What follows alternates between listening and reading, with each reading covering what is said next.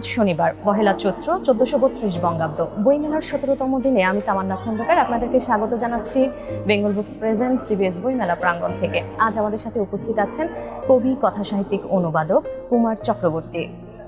কেমন আছেন? আপনি কেমন আছেন? আমি ভালো আছি। আপনাকে পেয়ে আসলে আরো বেশি ভালো আছি, কারণ আজ আপনার বই সম্পর্কে আমরা জানবো, আপনার লেখালেখির শুরুটা কিভাবে হলো সেটা জানবো। আপনার প্রশ্নটার আমি জবাবটা একটু ঘুরিয়ে দিই। একজন দার্শনিক, খুব বিখ্যাত দার্শনিক, সেন্ট অগাস্তিন, তো তিনি সময় সম্পর্কে বলেছিলেন যে সময় কি, তাকে জিজ্ঞাসা করা হয়েছিল। উনি বলেছেন যে যদি আমাকে জিজ্ঞাসা না করেন তাহলে আমি জানি যে সময় কি, আর যদি জিজ্ঞাসা আমাকে করেন তাহলে আমি বলতে পারবো না সময় কি। তা আপনি আমাকে জিজ্ঞাসা করেছেন যে কেমন আছেন, আসলে আমি বলতে পারবো না কেমন আছি। জিজ্ঞাসা না করলে হয়তো আমি বলতে পারবো। যদি জিজ্ঞাসা না করতাম তাহলে আসলে কি হতো? মানে আমি সময়ের সাথে আছি, সময়ের সাথে আছি, অস্তিত্ব নিয়ে আছি, মানে এভাবে হয়তো বলা যায়। এই সময়ের সাথে সাথে লেখালেখির শুরুটা কিভাবে হয়েছিল? লেখালেখি শুরু আমি আপনাকে বলি, মানে এটা সবার ভিতরেই যেমনটা হয়, মানুষের ভেতরে একটা সৃষ্টিশীল আপনার বিবর্তন আছে। অর্থাৎ মানুষ শুধুমাত্র একটা যান্ত্রিক বিবর্তনের ফল না, সে একটা মানে ক্রিয়েটিভ ইভলিউশন যেটাকে বলা হয় ইংরেজি, একটা সৃষ্টিশীল বিবর্তনের ভেতর দিয়ে মানুষ যায়।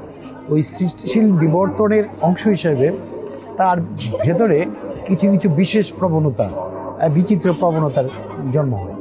সেটা কারো ভিতরে লেখালেখির মাধ্যমে, কারো ভিতরে সঙ্গীত চর্চার মাধ্যমে, শিল্প চর্চার মাধ্যমে, অথবা জীবনযাপনের মধ্যে, অথবা ফসল ফলানোর মধ্যে নানাবিধভাবে তার ভেতরে লেখালেখি বা এই জাতীয় আমি এই সৃষ্টিশীল বিবর্তনের ভেতর দিয়ে বিশেষ দিকটা প্রতিভাত হয়। তা আমি আমার ভেতরে হয়তো প্রকৃতির কোনো একটি কোন মাধ্যম কাজ করেছিল? খেয়ালে কোন মাধ্যমে লেখালেখিতে আসা? লেখালেখি আমি কবিতা দিয়ে শুরু করেছি। কবিতা দিয়ে শুরু করেছিলেন, কবিতার ভালোবাসা থেকে। কত সালে প্রকাশিত হয়েছিল প্রথম আমার বই? প্রথম বইটা আসলে ছোট আকারে 1993, সেটার একটি সংশোধিত এবং একটি পূর্ণাঙ্গ রূপ যেটাকে বলা যায় ভার্সন, সেটা 98 সনে বেরোয়। কিন্তু আমার প্রবন্ধের বই কিন্তু 1993 সনে বেরিয়ে গিয়েছিল। ফলে এইভাবেই কিন্তু লেখালেখি মানে আমার যাত্রা যেটা বলা যায়, সেই যাত্রাটা সূত্রপাত এবং ওই ওই ওই বিকাশ, যদি বিকাশ ধারাটা সেভাবে অবশ্যই হয়েছে। কবিতা দিয়ে লেখালেখি শুরু, সেটা তো আমরা বুঝলাম, কিন্তু অনুবাদ করবেন এটা কিভাবে শুরু হয়েছিল?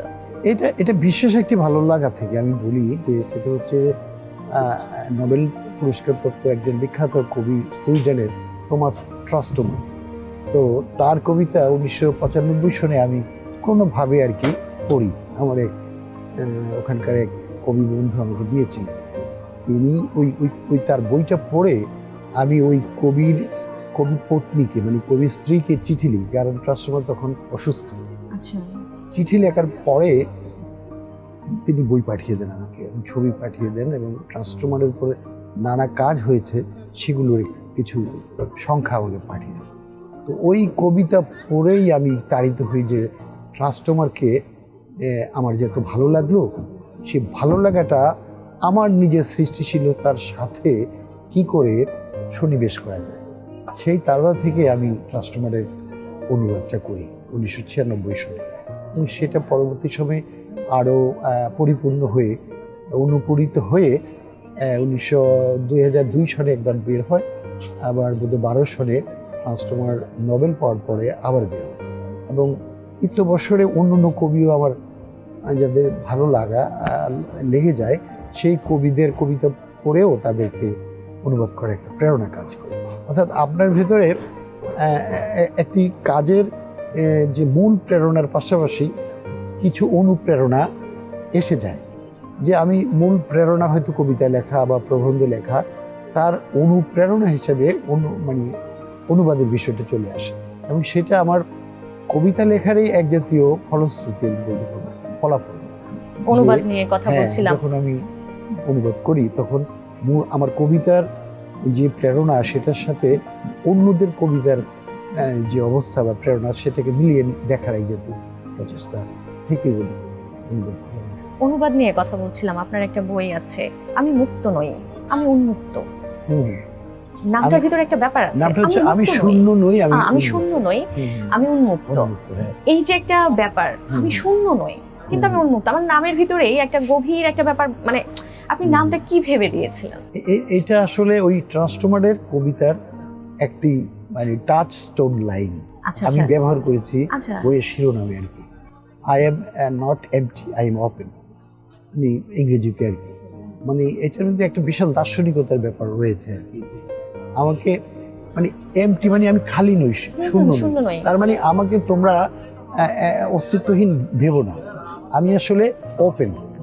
ওপেন হলে হয় কি, আপনাকে মনে হবে যে হয়তোবা অস্তিত্বহীন, প্রাথমিকভাবে মনে হবে। যেমন বাতাসকে মনে হবে বাতাসের অস্তিত্ব নেই, কিন্তু বাতাস উন্মুক্ত, সেজন্য কিন্তু সে এত বড় বড় বলেই উন্মুক্ত।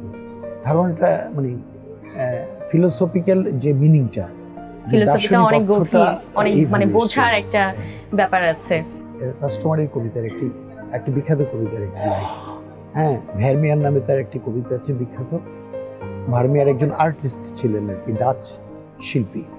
তো তার মানে বর্ণনাটা আছে কবিতাটায়, তার জীবন, তার শিল্পের প্রতি যে তার উৎসব, সেখান থেকেই শেষ সময়ে এসে এই লাইনটা উনি লিখেছেন।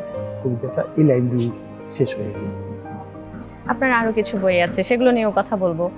পথিক মন নিয়ে যদি কিছু বলেন। আমার কাছে পথিক মন নিয়ে মনে হয়েছে আপনি মানে ভ্রমণ সংক্রান্ত কিছু একটা হবে। আপনি কি মানে এমনি ভ্রমণ করতে পছন্দ করেন, সেটা বোঝা গেছে। আমার মানে শারীরিক ভ্রমণের চেয়েও মানসিক ভ্রমণ আমি খুব পছন্দ করি।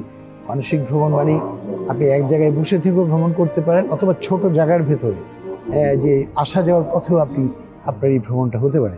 একটি ফুলকে নিবিড়ভাবে দেখা, একটি ফুলকে সকাল দুপুর বিকাল রাত্র নানাভাবে দেখা, এই দেখাটাও একটা ভ্রমণ। বই পড়ার মাঝেও কি ভ্রমণ করা যায়? হ্যাঁ, বইয়ের মাধ্যমে বিশাল ভ্রমণ করা যায়। এবং আপনি আশ্চর্য হবেন যে একজন লেখক আছেন, তিনি ওই একটি ঘরে প্রায় ফরাসি লেখক 40 দিনের মতো বের হন নাই। আচ্ছা। এবং ওই ঘরের ভেতরে আবদ্ধ থেকেই তিনি ভ্রমণ করেছেন। মানে বইটা এটার উপরে একটা রূপক মানে মেটাফরিক্যালি উনি বলেছেন, আসলে উনি ওই ঘরে বসেই সারা বিশ্ব ব্রহ্মাণ্ড, যে বাইরে যাওয়ার দরকার নেই, যে আপনি আমার ভেতরেই আমার ভ্রমণ করতে পারি। তা আমার ভ্রমণের বইটা হচ্ছে যে এটা একটা রিসেপ্টিবিলিটি, পারস্পরিকতার একটা জায়গা থেকে, যে আমরা যে আপনাকে গ্রহণ করছি, আপনি যে আমাকে গ্রহণ করছেন, এই যে যাওয়া আসা, সেটাও একটা বড় ভ্রমণ। এই ভ্রমণের জায়গা থেকে এই লেখাগুলি লেখা, এবং সেখানে অনিবার্যভাবেই রবীন্দ্রনাথ, জীবনানন্দ, বিভূতিভূষণ, বাংলাদেশ সাহিত্যের এবং বিদেশি সাহিত্যের অনেকে চলে এসছে।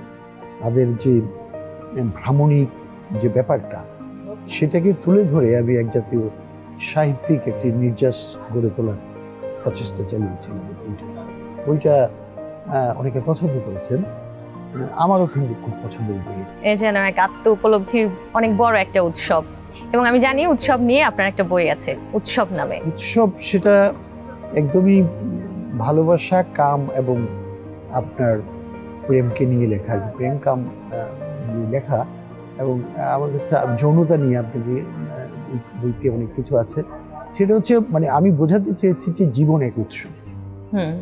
জীবন এক উৎসব, সেই উৎসবে আমাদের যে ভালোবাসা, প্রেম, সেটাও কিন্তু একটা উৎসবের অংশ। অর্থাৎ ভালোবাসাও কিন্তু এক ধরনের উৎসব। আমাদের যে পরস্পর যে মানে একাগ্রতা, একজনের প্রতি আরেকজনের যে মনোনিবেশ বা এক হওয়ার যে আকুলতা, সেগুলো আসলে বড় ধরনের একটি উৎসবেরই একটি অংশ।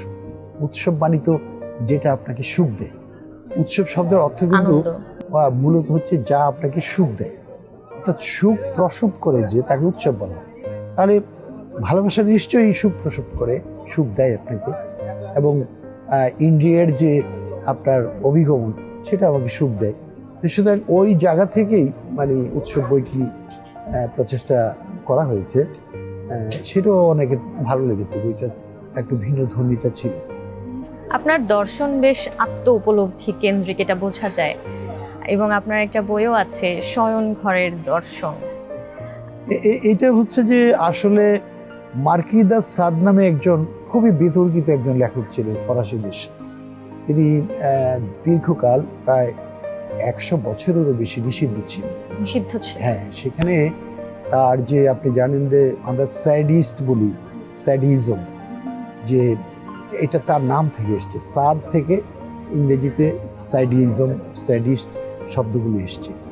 এবং আপনার আন্তঃসাংস্কৃতিকতার জায়গা থেকে এখন দেখা গেছে সাদ অনেক বেশি আলোচিত ব্যক্তিত্ব। তো তারই কিন্তু একটি উপন্যাসের নাম হচ্ছে শয়নঘরের দর্শন।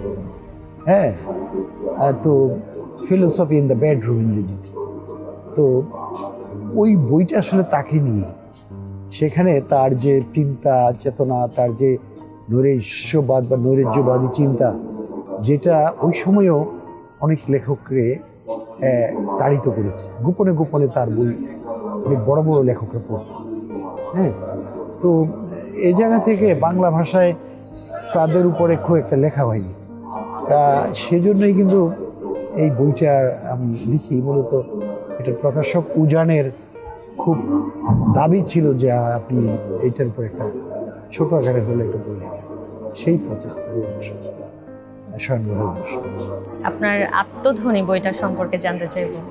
হ্যাঁ, এইটা আমার খুব ভালো লাগার একটি বই। আমি এখানে আমি যেটা বুঝাতে চেয়েছি যে আমাদের যে এই যে বিরাট বিশ্ব আর যে অনুবিশ্ব, অর্থাৎ ছোট বিশ্ব এবং বড় বিশ্বের যে সংযোগ এবং যে গমনাগমন, সেখানে আমি নামক একটি সত্তা যে খুব ছোট থেকে বিকশিত হয়েছে, সে কিভাবে এই অনুবিশ্ব এবং আবিশ্বকে ধারণ করছে, এবং তার যে আপনার এনকাউন্টার, যেটা মুখোমুখিতা এই জগতের প্রতিটি জিনিসের সাথে, হ্যাঁ, সেই জায়গাটা আমি তুলে ধরার চেষ্টা করেছি। এবং এটা এই জাতীয় গদ্য আসলে অন্তর্মুখী গদ্য।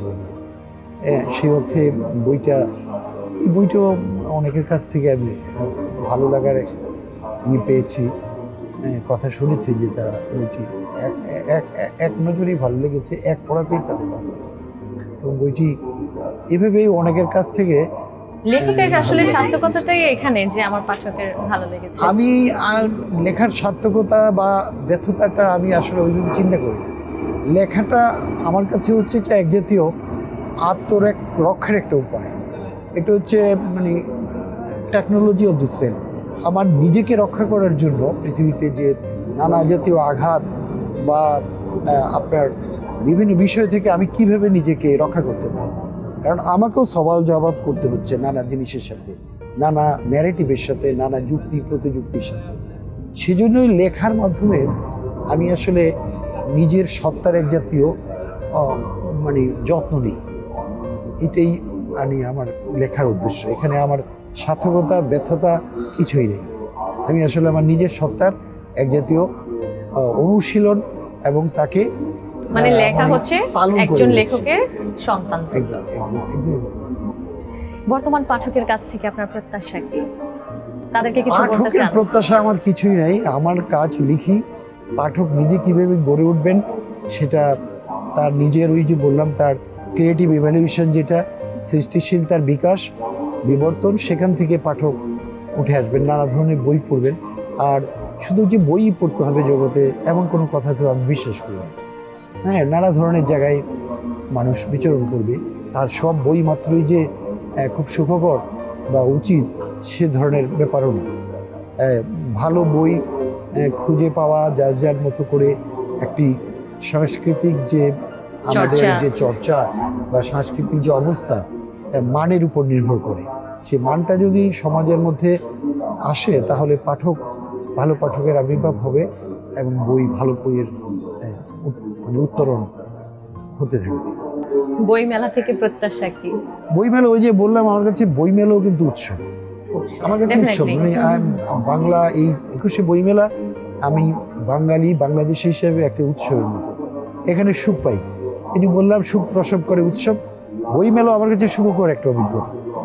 এইবার একটু মানে ছোট আকারের হলেও আমার কাছে সুখকর। এই যে আসছি, আপনাকে দেখছি, আপনাদের দেখছি, বা আমাকে অনেকে দেখছে, বই দেখছি, হ্যাঁ, এই যে পরস্পরের একটা মিলন, একদমই ভালো লাগার একটা গতানুগতিক জগৎ থেকে, আমার বৃত্ত থেকে আমি বেরিয়ে আসতে পারি কত কিছু। সুতরাং আমার জন্য এটা খুব আনন্দদায়ক একটি অভিজ্ঞতা। আপনাকে অসংখ্য ধন্যবাদ এত ব্যস্ততার মাঝে আমাদেরকে সময় দেওয়ার জন্য। আমি ব্যস্ত নই, হ্যাঁ আমি খুবই মানে ব্যস্তহীন মানুষ। আপনাকে অনেক ধন্যবাদ, আপনিও ভালো থাকবেন। আপনার জন্য অনেক অনেক শুভকামনা, ভালো থাকবেন আপনি। আপনাকে। দর্শক, আপনারা দেখছিলেন বেঙ্গল বুকস প্রেজেন্টস টিবিএস বইমেলা প্রাঙ্গণ থেকে। আমি তামান্না খন্দকার ছিলাম আপনাদের সাথে, আর আমাদের সাথে আজকে উপস্থিত ছিলেন কবি, কথাসাহিত্যিক, অনুবাদক কুমার চক্রবর্তী। দেখা হবে পরবর্তী আয়োজনে কোনো বিশিষ্ট জনকে নিয়ে। সে পর্যন্ত সবাই ভালো থাকুন, সুস্থ থাকুন, আর হ্যাঁ, টিবিএস এর সাথেই থাকুন।